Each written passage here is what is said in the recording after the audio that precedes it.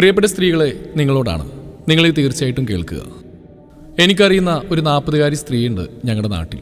ഗ്രാമീണതയുടെ നിഷ്കളങ്കത തുളുമ്പുന്ന ഒരു തനി നാട്ടിൻപുറത്തുകാരി. നല്ല ചുറുചുറുക്കുള്ള ഒരു വീട്ടമ്മ. 45-ാം പിറന്നാൾ കഴിഞ്ഞ് 8 ദിവസത്തിനുള്ളിൽ അവൾക്ക് ക്യാൻസർ സ്ഥിരീകരിക്കപ്പെട്ടു. മാസങ്ങൾക്കുള്ളിൽ തന്നെ അവൾ ആ മാറാരോഗത്തിന് കീഴടങ്ങുകയും ചെയ്തു. അവൾ മരിച്ച് 2 മാസം കഴിഞ്ഞപ്പോൾ ഞാൻ അവളുടെ ഭർത്താവിനെ ഒന്ന് വിളിച്ചു. പാവം, അയാൾക്ക് അവൾ ജീവനായിരുന്നു. ഏതോ കമ്പനിയുടെ ഏരിയ സെയിൽസ് മാനേജറാണ് അയാൾ. പറക്കമുറ്റാത്ത കുഞ്ഞുങ്ങളാണ് അവർക്ക്. ഇടയ്ക്കിടെ യാത്ര ചെയ്യേണ്ടി വരുന്ന അയാൾ അമ്മയില്ലാത്ത അവരെങ്ങനെ നോക്കുമോ എന്തോ. അതോർത്തപ്പോൾ എൻ്റെ മനസ്സ് വല്ലാതെ പിടഞ്ഞുപോയി. അവളായിരുന്നു അന്നോളം ആ വീടിൻ്റെ ജീവാത്മാവും പരമാത്മാവും. എല്ലാം അവൾ ഒറ്റക്കാണ് നോക്കി നടത്തിയിരുന്നത്. കുട്ടികളുടെ പഠിപ്പ്, അവരുടെ ട്യൂഷൻ, അയാളുടെയും അവളുടെയും അച്ഛനമ്മമാരുടെയും അസുഖങ്ങൾ, അയാളുടെ ഇഷ്ടാനിഷ്ടങ്ങളൊക്കെ അവളൊരു കുറവും വരുത്താതെ നോക്കി നടത്തിയിരുന്നു. കുടുംബത്ത് ഒരു ചടങ്ങുണ്ടായാൽ അതിലെന്തിനും ആദ്യാവസാനം അവളാണ് ഓടി നടക്കുക.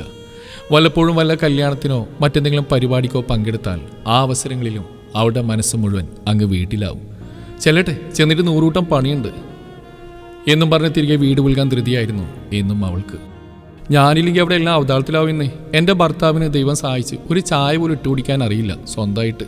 പിന്നെ ഒരു സമാധാനമുണ്ട്. ഞാൻ ഈ എടുക്കുന്ന എഫേർട്ട്, കഷ്ടപ്പാട് അതൊരു പട്ടിക്കുഞ്ഞു പോലും അംഗീകരിക്കാറില്ല. ഇതൊക്കെ അങ്ങ് സ്വാഭാവികമായിട്ട് നടക്കുന്നതെന്നാണ് എല്ലാവരുടെയും വിചാരം.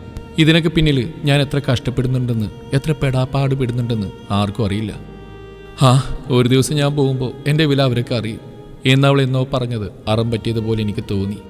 ലവ് മാരേജ് ആയിരുന്നു അവരുടേത്. വീട്ടിൽ വിപ്ലവമുണ്ടാക്കി നടത്തിയ വിവാഹം. ഇത്ര ചെറുപ്പത്തിൽ പ്രാണസഖി വേർപിരിഞ്ഞു പോയതിൻ്റെ ആഘാതം അയാൾ എങ്ങനെയാവും അതിജീവിച്ചിട്ടുണ്ടാവുക? വല്ലാത്തൊരു ശൂന്യത അയാളെ ചൂഴ്ന്ന് നിൽക്കുന്നുണ്ടാവും ഇപ്പോൾ.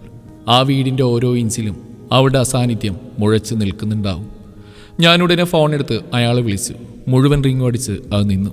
കുറേ നേരം കഴിഞ്ഞപ്പോൾ അയാൾ എന്നെ തിരിച്ചു വിളിച്ചു. നേരത്തെ ഫോൺ സൈലന്റ് മോഡിലായിരുന്നു എന്നും അറിഞ്ഞില്ലെന്നും അയാൾ ക്ഷമാപണ സ്വരത്തിൽ പറഞ്ഞു. ക്ലബ്ബിൽ ടെന്നീസ് കളിക്കായിരുന്നു അത്രേ. അതിനുശേഷം സുഹൃത്തുക്കളുമൊത്ത് ഒരു ചെറിയ പാർട്ടി ഉണ്ടായിരുന്നു. ഇപ്പോഴാണ് തിരിച്ചു വിളിക്കാൻ ഒരു സാവകാശം കിട്ടിയതത്രേ.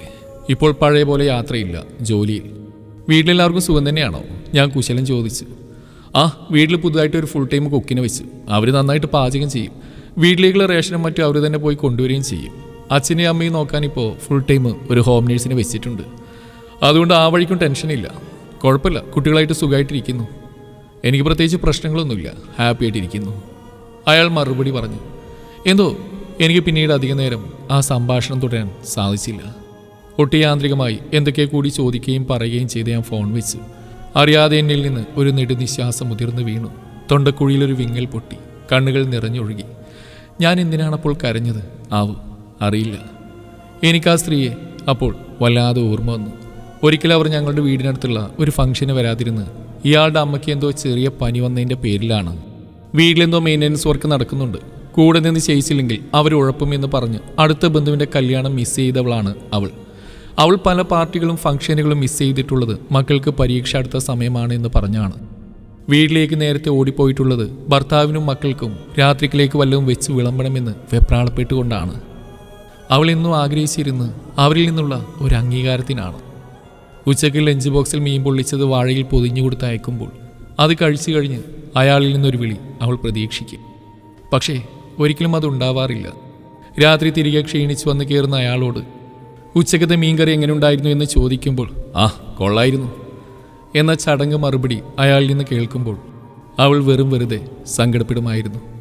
അവളെടുക്കുന്ന എഫേർട്സിന് ഒരിക്കലും വീട്ടിൽ ഭർത്താവോ മക്കളോ ഒന്നും അവളോടൊരു നല്ല വാക്ക് പറഞ്ഞിരുന്നില്ല. അക്കാര്യത്തിൽ അസംതൃപ്തി മരണം വരെയും അവളെ പിന്തുടർന്നിരുന്നു. ഇന്നെനിക്ക് അവളോട് പറയണമെന്നുണ്ട്. പെണ്ണെ, നീ വീട്ടിൽ ചെന്നില്ലെങ്കിൽ ഒരു പുല്ലും വരാനില്ല. നീ ചെന്നില്ലെങ്കിലും നിന്റെ അമ്മായിയമ്മയെ നിന്റെ ഭർത്താവ് നോക്കിക്കോളും. ഒരു ദിവസത്തേക്ക് അവരോട് ഭക്ഷണം പാകം ചെയ്യാനോ ഓർഡർ ചെയ്യാനോ പറ. ഇത് ക്രിസ്മസ് എക്സാം അല്ലേ, ഓണപരീക്ഷയല്ലേ, പിള്ളേര് സ്വന്തം പഠിച്ചോളൂ. നീ അവിടെ ഇരിക്കുക. നിനക്ക് വല്ലപ്പോഴും കിട്ടുന്ന സമയമല്ലേ, പോവേണ്ട, അവിടെ ഇരിക്കുക. ഈ ലോകത്ത് ആരും ആരെയും മിസ് ചെയ്യുന്നില്ല. ഇവിടെ അതൊക്കെ നമ്മുടെ വെറും വ്യാമോഹങ്ങൾ മാത്രമാണ്, തെറ്റിദ്ധാരണകൾ മാത്രം. ജീവിതകാലം മുഴുവൻ മറ്റുള്ളവരുടെ ഇഷ്ടങ്ങൾ നടത്തിക്കാൻ വേണ്ടി സ്വന്തം ജീവിതത്തിലെ ഇഷ്ടങ്ങൾ ഹോമിക്കുമ്പോൾ ഇച്ഛാഭംഗം തോന്നാതിരിക്കാൻ നമ്മൾ അവനവനോട് പറയുന്ന ആശ്വാസവാക്കുകൾ. നമ്മൾ ആർക്കൊക്കെയോ വേണ്ടപ്പെട്ടവരാണെന്ന് തോന്നുമ്പോൾ, നമ്മളില്ലെങ്കിൽ ആരുടെയൊക്കെയോ ജീവിതങ്ങൾ തകിടം മറിയുമെന്ന് ധരിക്കുമ്പോൾ ഒരിച്ചിരി ആശ്വാസം തോന്നും. ചങ്കിൽ കുത്തിത്തിരി കുറയും. അല്ലാതെ വേറൊന്നുമല്ല യാഥാർത്ഥ്യം. നമ്മൾ ആർക്കും വേണമെന്നില്ല ഈ ലോകത്ത്. നമ്മളില്ലെങ്കിലും ഇവിടെ കാര്യങ്ങൾ മുറക്ക് നടക്കും. അതറിയണമെങ്കിൽ നമ്മൾ ഇല്ലാതാവണം. ഒരു ദിവസം അങ്ങോട്ട് നിന്ന നിൽപ്പിൽ മാഞ്ഞു പോയാലും ഒരു പുല്ലനും നമ്മളെ മിസ് ചെയ്യില്ല ഇവിടെ, നോയിക്കോ എന്ന്. അത് കേൾക്കാൻ അവൾ ഇന്നില്ലെങ്കിലും അതാണ് സത്യം, വേദനിപ്പിക്കുന്ന സത്യം. ഓർത്തിരിക്കാതെ ഒരു ദിവസം അവൾ മരിച്ചു പോയിട്ടും അവളുടെ ജീവിതത്തിൽ ഒരു കുറവും ഉണ്ടായിട്ടില്ല.